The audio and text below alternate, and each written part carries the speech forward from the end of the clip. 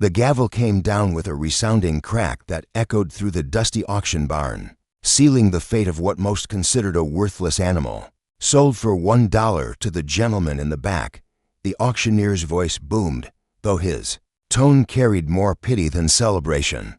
Maverick Holloway pushed through the crowd of ranchers and horse dealers, all of whom were shaking their heads in disbelief. The mare standing in the center ring was a pitiful sight, ribs showing through, her dull coat, head hanging low, and a persistent cough that had scared away every serious buyer. She looked like death warmed over, and everyone knew it. "You've lost your mind, Mav," called out Jasper Creed, a local rancher who'd known Maverick since they were boys. "That horse ain't worth the bullet it would take to put her out of her misery."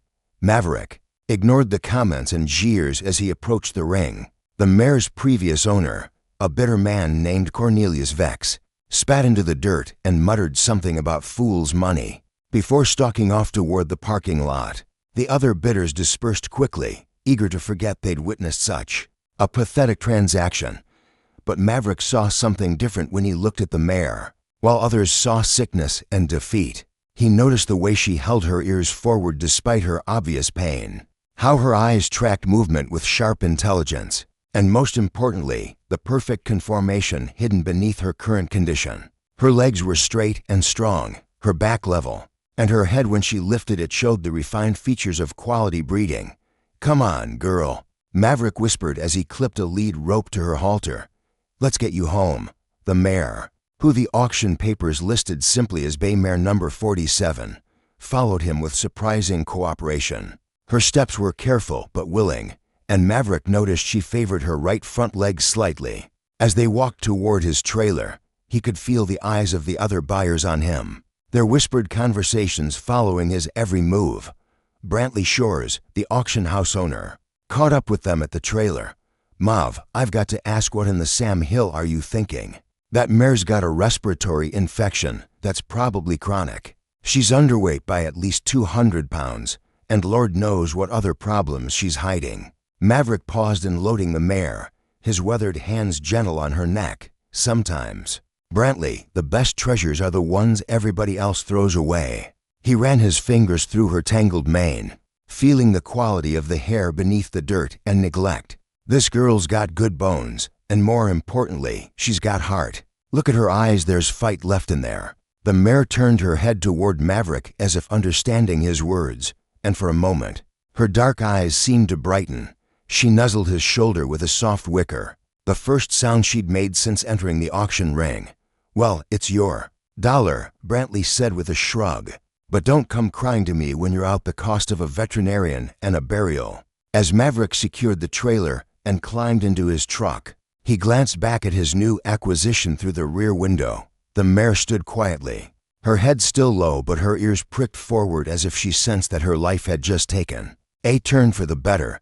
He had no idea that this single dollar would change both their lives forever. Dr. Octavia Sterling arrived at Maverick's ranch just as the sun was setting, painting the sky in shades of amber and rose. She'd been the local large animal veterinarian for 15 years, and in that time, she'd seen plenty of horses in poor condition. But when she laid eyes on the mare Maverick had purchased, even she winced. "Mav, what have you gotten yourself into?" she asked, setting down her medical bag in the barn aisle. The mare stood in a spacious stall bedded with fresh straw, a far cry from the cramped trailer she'd arrived in earlier that day. "I'm hoping you can tell me," Maverick replied, his voice carrying a mixture of hope and concern. "I know she looks rough, but there's something special about this one." Dr. Sterling approached the stall slowly, letting the mare catch her scent, despite her obvious illness. The horse showed no signs of aggression or fear. Instead, she seemed almost resigned to whatever was coming next. "What's her history?" "That's the thing nobody knows much," Maverick said, leaning against the stall door. "Vex claimed he got her from an estate sale about 6 months ago. Said she was already in poor shape when he bought her, and he just used her for light trail riding until she got too sick to work." The veterinarian began her examination, her experienced hands moving systematically over the mare's body. She listened to the horse's lungs, noting the wet rattle that accompanied each breath. Her heart rate was elevated, and her temperature registered at 101.8 degrees. The mare's coat was rough and dull, her ribs clearly visible, and her hooves showed signs of neglect. "She's definitely got a respiratory infection," Dr. Sterling murmured, making notes on her tablet. "Could be bacterial, could be viral, might even be fungal. We'll need blood work and possibly a tracheal wash to know for sure." She ran her hands down the mare's legs, pausing at the right front. "There's some swelling here, but it feels like soft tissue rather than bone." As the examination continued, something unexpected happened. The mare, who had been listless and unresponsive all day, began to show signs of interest in her surroundings. She followed Dr. Sterling's movements with her eyes, and when Maverick spoke softly to her, she turned her head toward him with obvious recognition. "This is interesting," Dr. Sterling said. Stepping back from the horse, "her vital signs are improving, just from being in a clean, stress-free environment. Whatever was wrong with her previous care, it was making her condition worse." Maverick nodded, unsurprised. "Vex isn't known for his animal husbandry. His place is a mess, and I doubt she was getting proper nutrition or medical care. The blood work would take 48 hours to process." But Dr. Sterling left Maverick with a treatment plan that included antibiotics, anti-inflammatory medication, and a carefully structured feeding program to help the mare regain her strength. As she packed up her equipment, she noticed something that made her pause. "Mav, come look at this," she called, pointing to the mare's neck. "Do you see this faint outline here, just under her mane?" Maverick moved closer, squinting in the dim barn light. There, barely visible beneath the mare's thick winter coat, was the ghost of what looked like a brand or tattoo. "What do you think?" "It is. I'm not sure, but it's definitely man-made," Dr. Sterling replied, gently parting the mare's mane to get a better look. "Could be a registration tattoo. Could be a brand from a specific breeding program. Whatever it is, it suggests this horse has a history that goes beyond some random trail horse." As Dr. Sterling drove away, Maverick remained in the barn with his new acquisition. The mare had already begun to show signs of improvement. Her breathing seemed less labored, and she'd shown interest in the hay he'd offered earlier. But it was the mysterious marking on her neck that occupied his thoughts. As he settled in for the night, "What's your story, girl?" he whispered to the mare, who had moved to the front of her stall as if seeking his company. "Something tells me there's a lot more to you than meets the eye." 3 weeks had passed since Maverick brought the mare home, and the transformation was nothing short of remarkable. Under Dr. Sterling's treatment plan and Maverick's patient care, the respiratory infection had cleared, and the mare had gained nearly 50 pounds. Her coat was beginning to shine, and the spark in her eyes had returned with a vengeance. But it was the mysterious marking on her neck that had become Maverick's obsession. He'd spent hours researching online, contacted breed registries, and even reached out to tattoo identification services. The marking was definitely a tattoo, but it was unlike anything he'd seen before, a series of numbers and letters that seemed to follow no standard pattern. "Any luck with that tattoo?" Dr. Sterling asked during her weekly checkup visit. The mare now approached visitors with confident curiosity, a far cry from the broken animal she'd been just weeks earlier. "Not yet," Maverick admitted, running his hand along the mare's neck. "But I've got to call into someone who might be able to help. There's a woman named Cordelia Vaughn who runs a horse identification service out of Kentucky. She specializes in cases like this." As if summoned by their conversation, Maverick's phone rang. The caller ID showed a Kentucky area code, and he answered with anticipation. "Mr. Holloway? This is Cordelia Vaughn returning your call about the tattoo identification." Her voice was crisp and professional, but Maverick could hear excitement. "Beneath the surface, I've been doing some research on those numbers you sent me, and I think you'd better sit down." Maverick's pulse quickened. "What did you find?" "That tattoo belongs to a horse named Midnight's Promise, a thoroughbred mare that went missing from Willowbrook Farm in Virginia about 18 months ago. She was worth over $500,000 and was being prepped for a breeding program when she disappeared." The blood drained from Maverick's face. $500,000? "That's not even the most interesting part," Cordelia continued. "Midnight's Promise was sired by Storm's Legacy, One of the most successful racehorses of the past decade, her dam, was Golden Whisper, who produced 3 stakes winners before she retired. This mare comes from a bloodline that's worth its weight in gold. As Dr. Sterling drove away, Maverick remained in the barn with his new acquisition. The mare had already begun to show signs of improvement. Her breathing seemed less labored, and she'd shown interest in the hay he'd offered earlier. But it was the mysterious marking on her neck that occupied his thoughts. As he settled in for the night, "What's your story, girl?" he whispered to the mare, who had moved to the front of her stall as if seeking his company. "Something tells me there's a lot more to you than meets the eye." 3 weeks had passed since Maverick brought the mare home, and the transformation was nothing short of remarkable. Under Dr. Sterling's treatment plan and Maverick's patient care, the respiratory infection had cleared, and the mare had gained nearly 50 pounds. Her coat was beginning to shine, and the spark in her eyes had returned with a vengeance. But it was the mysterious marking on her neck that had become Maverick's obsession. He'd spent hours researching online, contacted breed registries, and even reached out to tattoo identification services. The marking was definitely a tattoo, but it was unlike anything he'd seen before, a series of numbers and letters that seemed to follow no standard pattern. "Any luck with that tattoo?" Dr. Sterling asked during her weekly checkup visit. The mare now approached visitors with confident curiosity, a far cry from the broken animal she'd been just weeks earlier. "Not yet," Maverick admitted, running his hand along the mare's neck. "But I've got to call into someone who might be able to help. There's a woman named Cordelia Vaughn who runs a horse identification service out of Kentucky. She specializes in cases like this." As if summoned by their conversation, Maverick's phone rang. The caller ID showed a Kentucky area code, and he answered with anticipation. "Mr. Holloway? This is Cordelia Vaughn returning your call about the tattoo identification." Her voice was crisp and professional, but Maverick could hear excitement. "Beneath the surface, I've been doing some research on those numbers you sent me, and I think you'd better sit down." Maverick's pulse quickened. "What did you find?" "That tattoo belongs to a horse named Midnight's Promise, a thoroughbred mare that went missing from Willowbrook Farm in Virginia about 18 months ago. She was worth over $500,000 and was being prepped for a breeding program. When she disappeared, the blood drained from Maverick's face. $500,000? That's not even the most interesting part," Cordelia continued. "Midnight's Promise was sired by Storm's Legacy, one of the most successful racehorses of the past decade.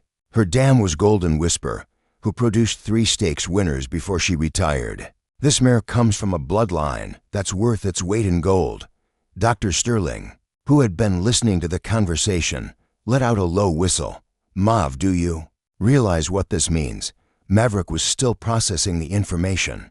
"How did a $500,000 horse end up at a backwater auction, selling for $1? "That's what we need to find out," Cordelia said. "Horse theft is more common than people think, especially with valuable breeding stock. Sometimes they're sold quickly through small, rural auctions to make them disappear into the general population. I'm going to contact Willowbrook Farm and let them know we've found her." After ending the call, Maverick stood in silence, staring at the mare Midnight's Promise, who was contentedly munching hay as if she hadn't just been revealed as equine royalty. The irony wasn't lost on him that everyone at the auction had seen a worthless, sick animal, while he'd somehow acquired one of the most valuable horses in the country for the price of a candy bar. What were you thinking?" Dr. Sterling asked, noting his troubled expression. "I'm thinking that doing the right thing might cost me the best horse I've ever owned," Maverick replied quietly. "But I can't keep her knowing she was stolen from her rightful owners." The mare lifted her head at the sound of his voice, walking over to nuzzle his shoulder in the gesture that had become their routine. Her coat now gleamed with health, and her eyes sparkled with intelligence and affection. She had bonded with Maverick in a way that transcended ownership. They had saved each other. "The owners might not want her back," Dr. Sterling suggested hopefully. "I mean, she's been through a lot, and they might consider her damaged goods." But even as she said it, both of them knew that a horse with Midnight's Promise's bloodline would never be considered worthless, regardless of what she'd been through. Her value lay not just in her past performance, but in her genetic potential for producing the next generation of champions. Maverick spent the rest of the day with the mare, knowing that their time together might be limited. As evening approached, he made the decision that would define his character. He would do what was right, regardless of the personal cost. The black sedan pulled into Maverick's driveway at precisely 10 o'clock the next morning, followed by a horse trailer that looked expensive enough to house a small family. Maverick watched from his kitchen window as three people emerged: a well-dressed woman in her 50s, a younger man in a business suit, and a grizzled horseman who looked like he'd been around horses his entire life. Cordelia Vaughn had called earlier to warn him that representatives from Willowbrook Farm were coming to verify the mare's identity and discuss next steps. Maverick had spent the morning grooming Midnight's Promise until she looked like the champion she was born to be. "Mr. Holloway," the woman approached with an extended hand. "I'm Beatrice Ashford, owner of Willowbrook Farm. This is my attorney, Fletcher Kane, and my farm manager, Wyatt Donovan." Maverick shook hands with each of them, noting how their eyes immediately went to the mare standing in the nearby paddock. Even from a distance, her quality was obvious. Her head was up, ears pricked forward, and her movement showed the floating grace that marked superior breeding. "My God," Wyatt whispered, his voice filled with emotion. "It's really her, Beatrice." Ashford's composure cracked slightly as she approached the paddock fence. "We never thought we'd see her again. When she disappeared, we feared the worst." She turned to Maverick with tears in her eyes. "How did you find her?" "I didn't find her," Maverick replied honestly. "She found me, in a way. I bought her at auction for $1 because everyone else thought she was worthless." Fletcher Kane, the attorney, stepped forward with a briefcase. "Mr. Holloway, while we're grateful for your care of the mare, we'll need to discuss the legal aspects of this situation. Midnight's Promise is stolen property, and we'll need to arrange for her immediate return." The words hung in the air like a death sentence. Maverick had known this moment would come, but hearing it spoken aloud still felt like a punch to the gut. He looked at the mare, who had approached the fence and was watching the strangers with intelligent curiosity. "I understand," Maverick said quietly. "I just asked that you give me a few minutes to say goodbye." But Beatrice Ashford was studying Maverick with an intensity that made him uncomfortable. "Mr. Holloway, may I ask what you do for a living?" "I'm a horse trainer," he replied, unsure where this was leading. "I work mostly with problem horses, rehabilitation cases, that sort of thing." "And how long have you been working with horses?" Maverick frowned, wondering if this was part of some legal procedure. "About 30 years. Started when I was 12, working for a neighbor who bred quarter horses." Wyatt Donovan had been examining the mare more closely and now looked up with amazement. "Ms. Ashford, you need to see this. This horse has been completely transformed. When she disappeared, she was already showing signs of stress and behavioral issues. Look at her now. She's calm, confident, and in the best condition I've ever seen her." Beatrice nodded slowly, her gaze never leaving Maverick. "Mr. Holloway, I have a proposition for you. Instead of simply taking Midnight's Promise back, I'd like to offer you a job. Willowbrook Farm has been looking for a head trainer, someone who specializes in rehabilitation and problem horses. The position comes with a substantial salary, full benefits, and housing on the property." Maverick's jaw dropped. "Are you serious?" "Dead serious," Beatrice replied. "What you've accomplished with this mare in just a few weeks is nothing short of miraculous. We've had her since she was a yearling, and she's never looked better or behaved better than she does right now. You have a gift, Mr. Holloway, and I'd like to put that gift to work for Willowbrook Farm." Fletcher Kane cleared his throat. "There's more. As part of the employment package, we're prepared to offer you a breeding right to Midnight's Promise. Her first foal would be yours to keep, train, and sell as you see fit." Maverick felt his world spinning. Not only would he not lose the mare, but he'd be gaining a career opportunity beyond his wildest dreams. I don't know what to say." "Say yes," Wyatt encouraged. "We've got 47 horses on the property, and at least half of them could benefit from your expertise. Plus, you'd be working with some of the finest bloodlines in the country." As if sensing the importance of the moment, Midnight's Promise walked over to Maverick and rested her head on his shoulder, her warm breath tickling his ear. The gesture wasn't lost on any of the observers. The bond between horse and trainer was unmistakable. One condition, Maverick said, his voice steady despite the emotion threatening to overwhelm him. I want to know what happened to her, how she ended up at that auction. Beatrice's expression darkened. We're still investigating, but we believe she was stolen by someone with inside knowledge of our operation. The case is with the FBI now. 6 months later, Maverick stood in the center ring at Willowbrook Farm, watching as Midnight's Promise moved through her paces with the grace and power that had made her bloodline legendary. The transformation was complete not just in the mare, but in his own life as well. The farm was everything Beatrice Ashford had promised and more. His cottage overlooked rolling pastures where some of the finest horses in the country grazed peacefully. The work was challenging but rewarding, and he had already helped several problem horses overcome their issues and return to successful careers. But it was the resolution of Midnight's Promise's disappearance that had provided the most satisfaction. The investigation had led to the arrest of Cornelius Vex and two accomplices who had been operating a sophisticated horse theft ring targeting valuable breeding stock. They would steal horses from prestigious farms, alter their identification, and sell them at small auctions in different states where questions weren't asked. She looks magnificent, Dr. Sterling said, joining Maverick at the fence. She'd driven down from her old territory to check on both him and the mare, and her amazement at the transformation was evident. She's pregnant, Maverick announced, unable to keep the pride from his voice. Due in about 6 months, the breeding was successful. Dr. Sterling's eyes widened. You mean, the foal will be mine, Maverick confirmed. Sired by Thunder's Crown, Willowbrook's champion stallion.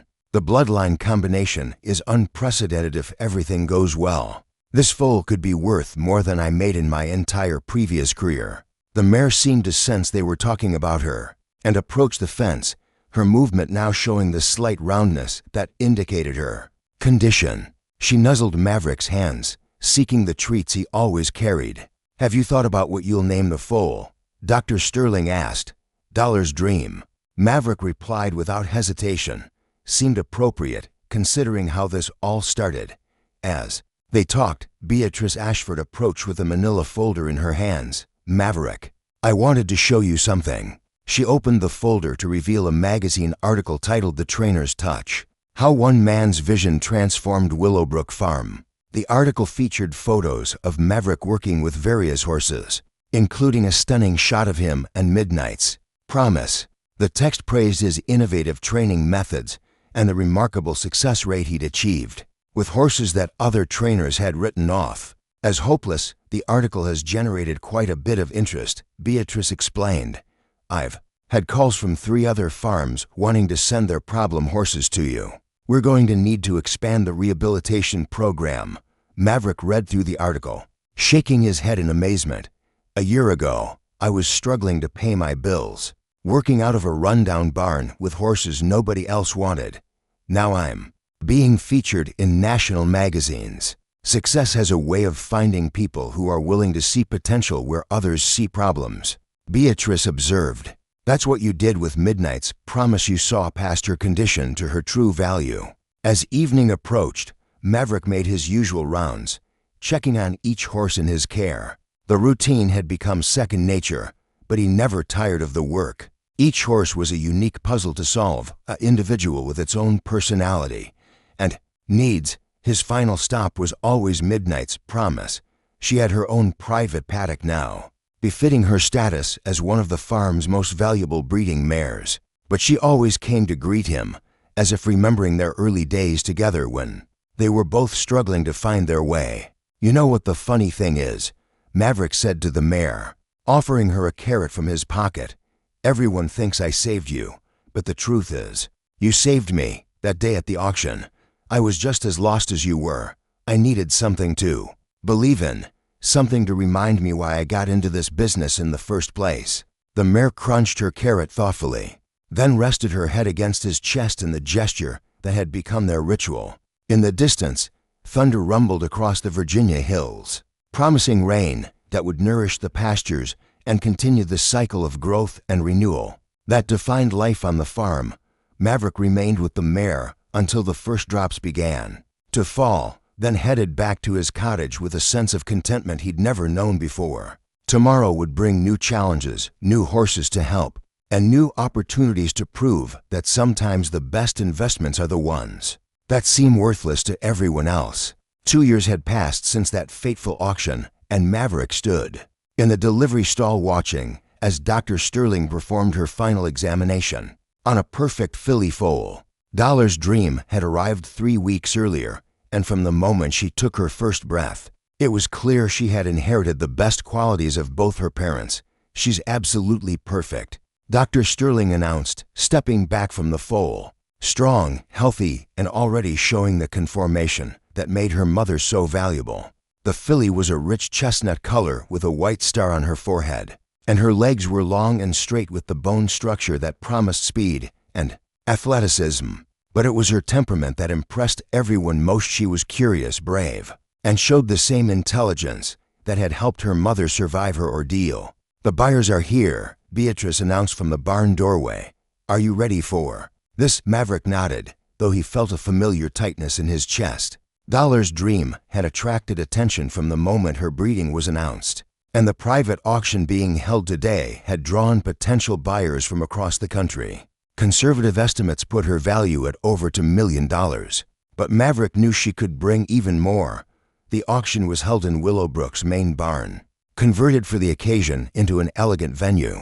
Representatives from some of the most prestigious farms in the country filled the chairs, their expressions serious as they studied the catalog that detailed Dollar's Dream's impeccable bloodline. "Ladies and gentlemen," the auctioneer began, "we have a very special offering today. This filly represents the perfect combination of Storm's legacy and Thunder's crown bloodlines, with the added bonus of having been bred and raised by the renowned trainer Maverick Holloway." The bidding started at $500,000 and climbed rapidly. Maverick watched with a mixture of pride and sadness as the numbers rose. 1 million, 1.5 million, 2 million.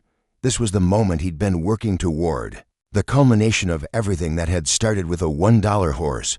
To $0.7 million, called out a representative from a Dubai racing syndicate. 3 million, countered a woman from a Kentucky breeding farm. The barn fell silent as the bidding reached unprecedented heights. Maverick glanced at Midnight's Promise, who was watching the proceedings from her stall with calm interest. The mare had given him so much more than he'd ever imagined possible. 3.2 million, called out a new voice from the back of the barn. Maverick turned to see who had made the bid and was surprised to recognize Fletcher Kane, Beatrice's attorney, raising his hand. 3.5 million, the Dubai representative responded. "For million," Fletcher said calmly. The barn erupted in murmurs of amazement. $4 million was more than most farms spent on their entire breeding programs in a year. $4 million, once, twice, the auctioneer's voice carried across the stunned crowd. "Sold to bidder number 12. As the crowd dispersed, Maverick approached Fletcher with confusion. "I don't understand. Why would Willowbrook buy a horse they already own?" Fletcher smiled and handed him an envelope. "Open it." Inside was a contract that made Maverick's head spin. Willowbrook Farm was purchasing Dollar's Dream from him for $4 million, then immediately offering him a partnership deal. He would retain a 50% ownership stake in the filly. Willowbrook would handle her racing career, and all winnings and future breeding rights would be split equally. "But why?" Maverick asked, still trying to process the magnitude of the offer. "Because," Beatrice said, joining them, "we've learned that some investments are worth more than money. Your training methods, your instincts, and your ability to see potential where others see problems. These are assets that can't be purchased. We want you as a partner, not just an employee." The celebration that followed was unlike anything Maverick had ever experienced. But as the evening wound down and the guests departed, he found himself alone in the barn with Midnight's Promise and Dollar's Dream. The mare nuzzled her daughter gently, then looked at Maverick with eyes that seemed to hold all the wisdom of their shared journey. "You know what this means, don't you?" he said to both horses. "We're not just survivors anymore. We're builders." We're creating something that will last long after we're gone." Dollar's Dream, who had been dozing in the straw, lifted her head and looked at Maverick with the same intelligent expression her mother had shown that first day at the auction. In that moment, he could see the future this filly would race. She would win, and eventually she would become a broodmare herself, passing on the legacy that had begun with a $1 horse. As Maverick locked up the barn and headed home, he reflected on the incredible journey that had brought him to this point. He'd started with nothing but faith and a willingness to see potential. Where others saw problems, now he was a millionaire, a partner in one of the country's most successful breeding operations, and the trainer responsible for what many considered the most promising young horse in the industry. But perhaps most importantly, he'd learned that sometimes the most valuable things in life are the ones that appear worthless to everyone else. A sick horse, a struggling trainer, a chance encounter at a backwater auction, these seemingly insignificant moments had combined to create something extraordinary. The next morning, Maverick awoke to find Dollar's Dream and Midnight's Promise grazing peacefully in their paddock, the early sunlight painting their coats in shades of gold and copper. He'd made his morning coffee and was heading out to begin another day of training when his phone rang. "Maverick, this is Cordelia Vaughn.